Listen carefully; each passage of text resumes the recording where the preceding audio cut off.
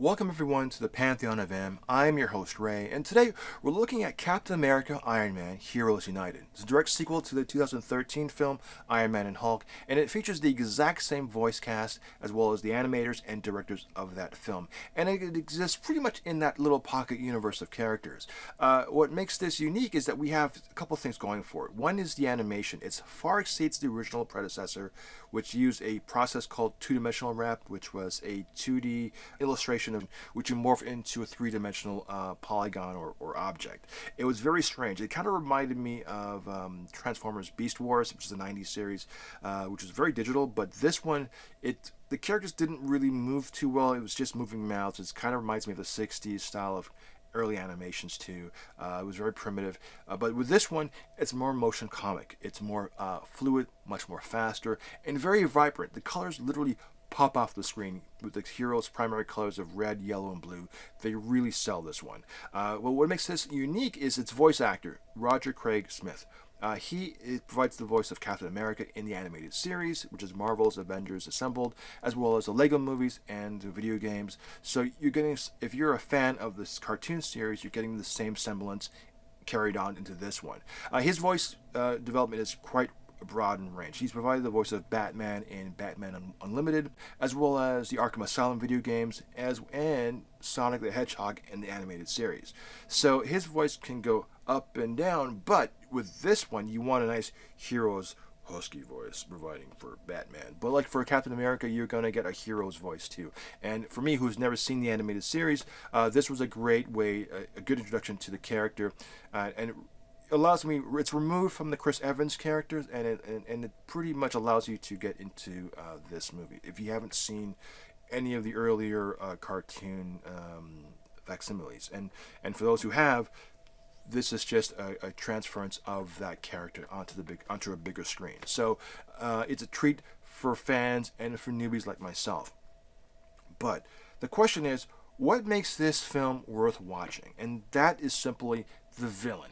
Now, if you're a fan, or I'm sure you are a fan, or can't wait for Phase 4 to debut because of the delays, obviously, well, Black Widow, her main villain is Taskmaster, and he is one of two villains in this movie. And what makes this unique is that if the last trailer dropped in February and you want more, this is going to whet your palate. This gives you everything you need to know about the character Taskmaster, what his skill sets are, why he's a threat to the MCU, to the heroes of the MCU, and what makes him unique to our heroes, especially in this case, Iron Man and Captain America, but more specifically, what makes him dangerous to Black Widow and a threat. So you're going to get everything in that in this cartoon, and it allows you, it's kind of like a really big trailer, a great introduction to the villain of the Black Widow movie. And if anything else, it's going to get you more excited to see what this guy does on the big screen. Because this one really showcases his skill sets, and that's important for this movie. But enough about me. Let's hear about my friend, my partner, Evie, and get his thoughts of the movie. Red Skull and the Taskmaster Hmm. uh, attempt to catch Captain America Hmm. and steal his powers. With Hmm. Iron Man has to try and save him, Hmm.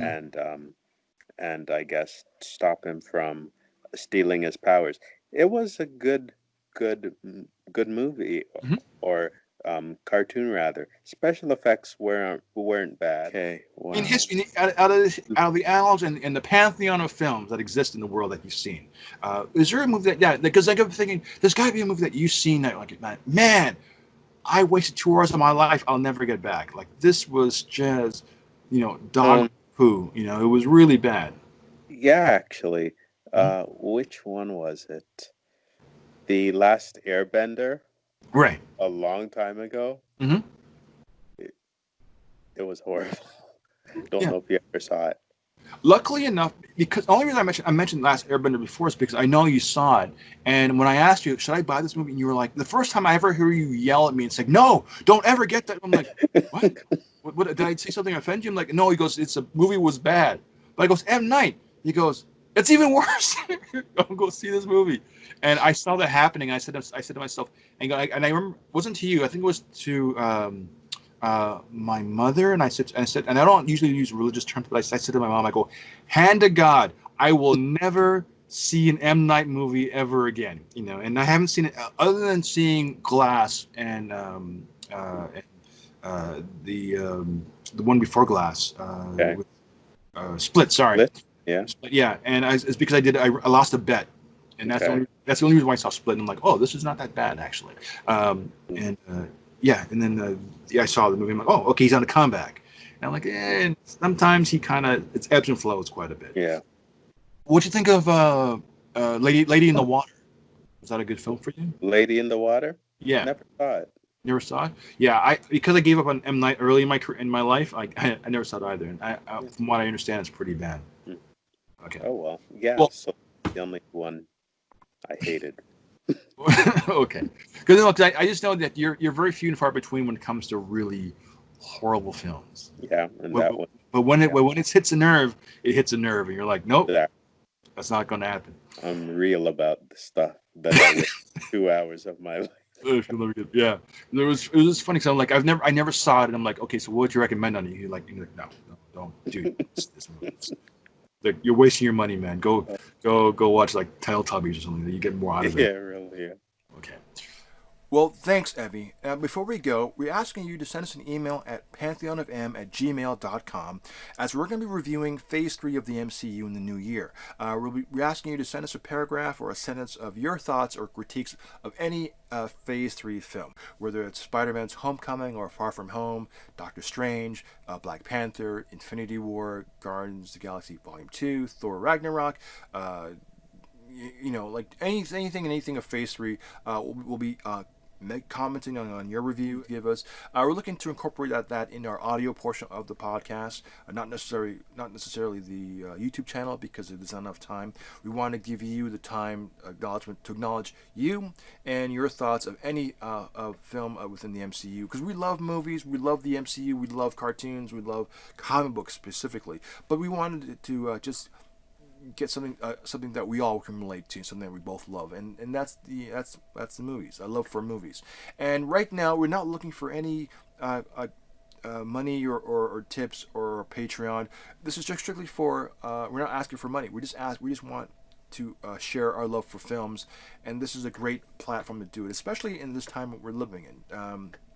We just want to escape, have fun, talk about something that we like to do, and just not worry about all the craziness in our lives. So that's really what it's all about. And by doing so, we invite you to join our family of the Pantheon, and let's hear your thoughts, whether it's 5, 6, 7 reviews of a certain movie. We appreciate that. Just any particular movie, you could keep us sending us multiple emails. That's great too. And we'll just mention we'll definitely give you acknowledgement on the show.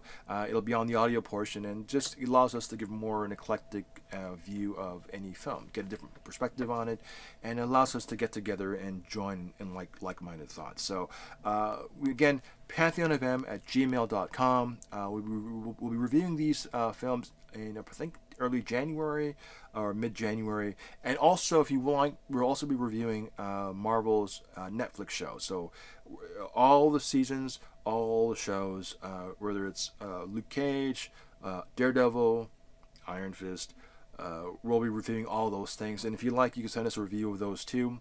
We'll be just generalizing each season individually, and give us your thoughts on that too. So again, on behalf of Evie and myself, we want to thank you for joining us. We'll be back next week. I think we'll be starting Cloak and Dagger.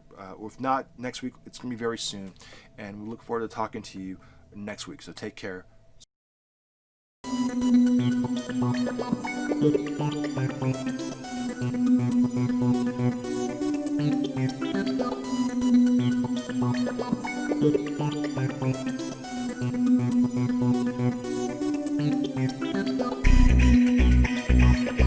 Thank you.